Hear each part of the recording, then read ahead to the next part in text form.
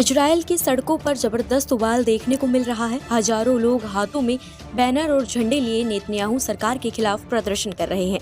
इनका साफ कहना है कि प्रधानमंत्री बेंजामिन नेतन्याहू की सरकार लोकतंत्र पर हमला कर रही है और गाजा में युद्ध को राजनीतिक फायदे के लिए खींच रही है। बुधवार को जेरूसलम में नेतन्याहू के आधिकारिक आवास के बाहर और तेल अवीव के मुख्य सड़कों पर प्रदर्शनकारियों की भारी भीड़ उमड़ी। हाथों में इजरायली झंडे और गाजा में बंधकों की रिहाई के लिए तख्तियां लिए लोग सरकार के खिलाफ नारेबाजी कर रहे थे। इस प्रदर्शन के चलते इजरायल की कई अहम सड़कों को बंद करना पड़ा। पुलिस ने कम से कम 12 प्रदर्शनकारियों को गिरफ्तार कर लिया। हाल ही में इजरायल और हमास के बीच गाजा में युद्ध विराम और बंधकों की रिहाई को लेकर समझौता हुआ, जिसमें मिस्र ने मध्यस्थ की भूमिका निभाई। कतर की राजधानी दोहा में हुई वार्ताओं के बाद हमास ने इस समझौते को मंजूरी दी, जिससे गाजा में शांति स्थापित करने और मानवीय सहायता की आपूर्ति सुनिश्चित करने में मदद मिली। जहां एक ओर ये समझौता क्षेत्र में शांति की दिशा में एक महत्वपूर्ण कदम माना जा रहा है, वहीं ईरान के सर्वोच्च नेता अली खामेनेई ने इस पर अपनी नाराजगी व्यक्त की है।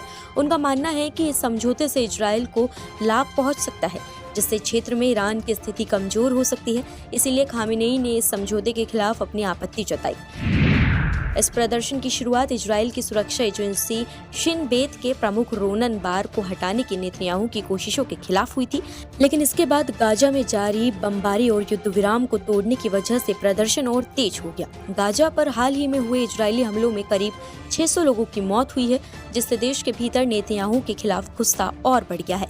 विदेशी ताकतों द्वारा युद्ध विराम बनाए रखने की अपील को अनसुना करते हुए इजरायल ने गाजा में हवाई और जमीनी हमले तेज कर दिए हैं।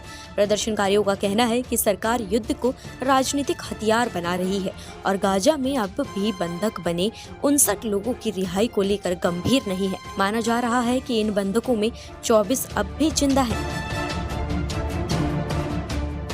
ब्रदर्स इन आर्म्स आंदोलन के प्रमुख इतान हर्जिल ने कहा, सरकार अपनी नाकामी से लोगों का ध्यान हटाने के लिए जानबूझकर युद्ध को बढ़ा रही है। नेतन्याहू और उनकी सरकार पूरी तरह फेल हो चुकी हैं और अब वो सत्ता में बने रहने के लिए देश को संकट में धकेल रहे हैं। प्रदर्शनकारियों ने नेतन्याहू सरकार पर लोकतांत्रिक मूल्यों को कमजोर करने का आरोप लगाया। सड़कों पर गूंज रहे नारों में कहा जा रहा था, इजरायल तुर्की नहीं, इजरायल ईरान।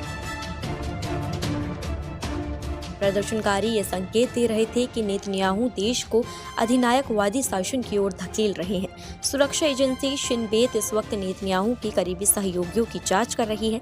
इस मामले को कतर गेट कहा जा रहा है। इजरायली मीडिया रिपोर्ट्स के मुताबिक नेतन्याहू खुद भ्रष्टाचार के कई मामलों में फंसे हुए हैं और उन पर लगे आरोप साबित होने पर उन्हें जेल भी हो सकती है।